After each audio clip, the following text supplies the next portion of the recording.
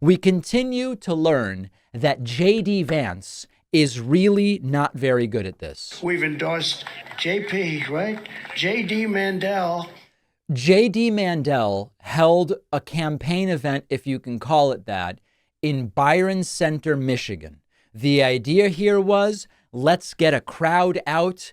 Let's really get into these critical battleground states and show that JD can motivate a crowd and he has support. And I think 25 people showed up. This was one of the most pathetic events I've seen. And it is a reminder of why Trump and the people closest to Trump, other than, I guess, his two older sons who liked the idea of J.D. Vance, so many of the people around Trump are saying, why did we pick this guy? Here is J.D. Vance attacking the tone of Kamala Harris's campaign, and he's still talking about how she laughs. Kellyanne Conway, Greta Van Susteren, now Megyn Kelly, Neil Cavuto, Stuart Varney, Kevin McCarthy. They're all saying this is not how you're going to defeat Kamala Harris. And here's JP Mandel talking about how she laughs. She says she's having fun. But while she's having fun, Americans are suffering under her policies. When she laughs during a speech, remember that there are American families crying this very day because they cannot afford groceries. When she does these rallies and does these events and does these fake dances, remember that there are parents who lost their children to drugs or violence who will never see their children move again, much less dance again. Now, of course, Trump dances at literally every rally. If dancing when serious things are happening is a disqualifier, Trump's disqualified. But who cares, right? She tells you, and this is her new slogan, we're not going back. Remember that for 3.5 years, that is exactly what we've been doing. We've been going back to a place where Americans aren't kings in their own country, but paupers, begging their government for precious scraps of safety, security, and food. We are going back, Kamala Harris, because of you, and we're going to fire you because we want to take this country forward. All right, so finally getting the crowd of 25, literally dozens of people there, very excited by this message. Maybe the funniest moment from this entire thing was someone from the crowd yells, "Fire Granholm." Now, Jennifer Granholm is the Secretary of Energy. J.D. Vance gets confused and says, we are going to fire the Agriculture Secretary. Of course, the Agriculture Secretary is Tom Vilsack. This is great. What other steps besides drilling can the Trump-Vance administration take to lower those grocery prices for people? Yeah. That's right.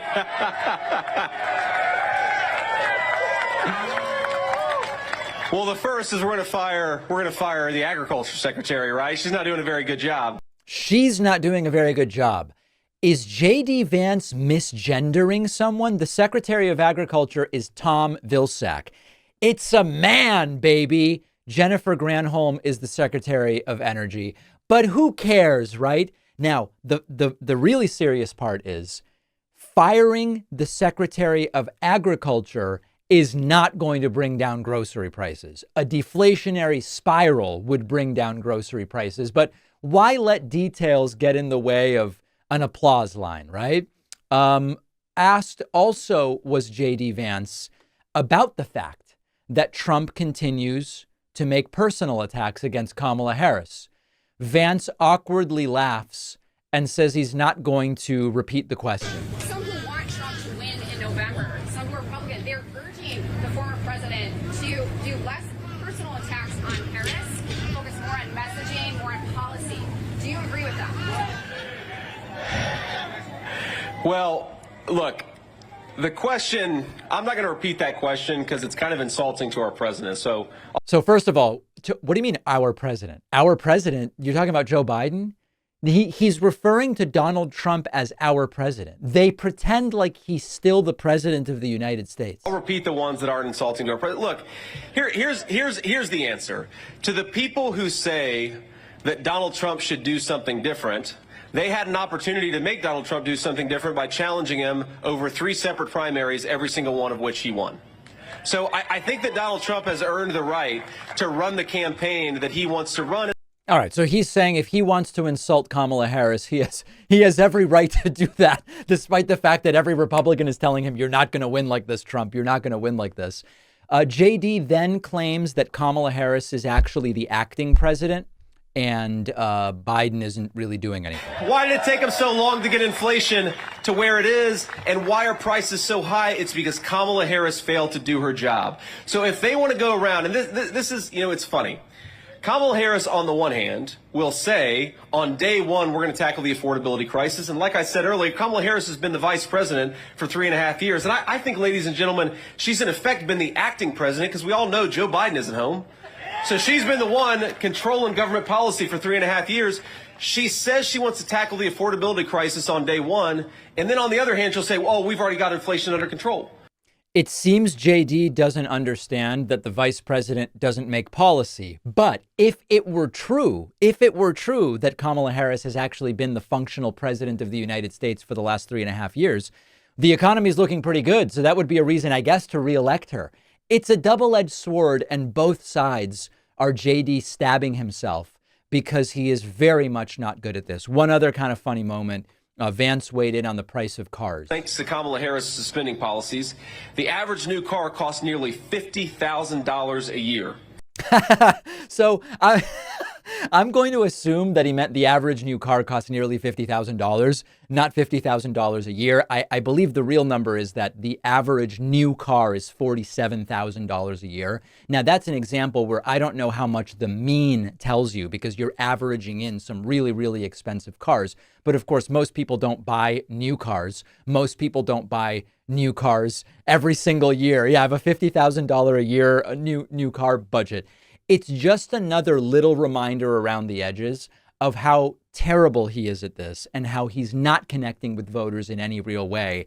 And I mean, 25 or 30 people showed up to this event. So if I were Trump, I would understandably be saying to myself, why the hell did I pick this guy?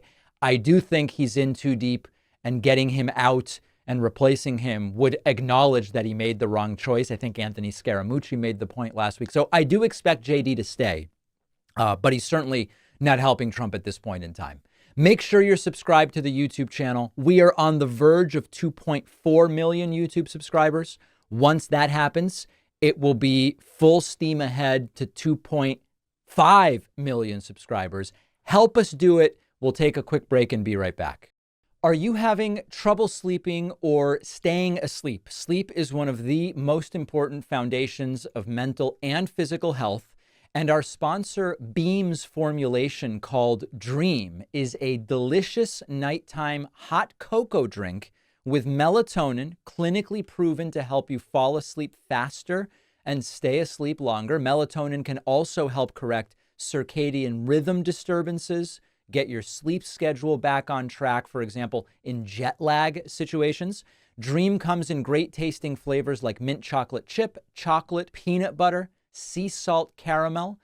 I love the cinnamon cocoa version. No sugar added, sweetened with monk fruit, just 15 calories per serving. Dream hot cocoa it's just a nice way to wind down before bed. It's hot and flavorful. It's not overly sweet. It's a soothing way to relax about an hour before going to bed.